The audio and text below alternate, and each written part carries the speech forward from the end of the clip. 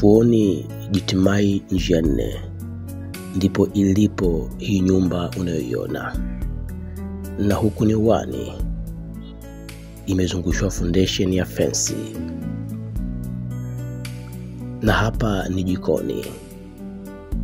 Ilivyo ndivyo ninavyokuonyesha, ninakuonyesha kila kitu kwa uhalisia wake.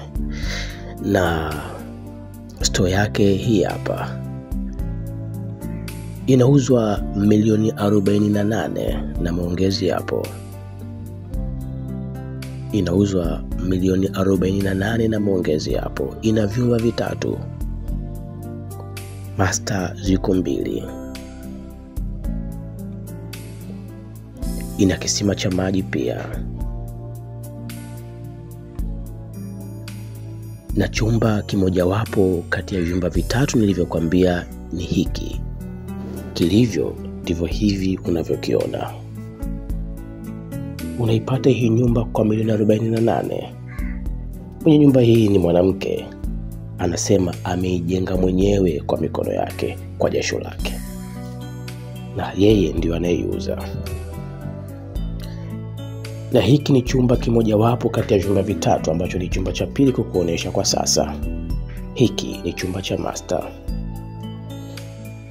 Ni chumba kikubwa sana, kama ambavyo umeona kitanda cha futi 6 kwa 6, na bado imebaki sehemu kubwa sana ndani ya chumba hiki. Ni wazi kabisa, haihitaji vipimo. Chumba hiki ni kikubwa sana.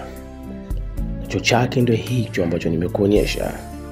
Na hapa ni ukumbi, bila kusahau ina ukumbi wa chakula kwa maana ya dining room. Hii ni Fuoni Jitimai njia 4.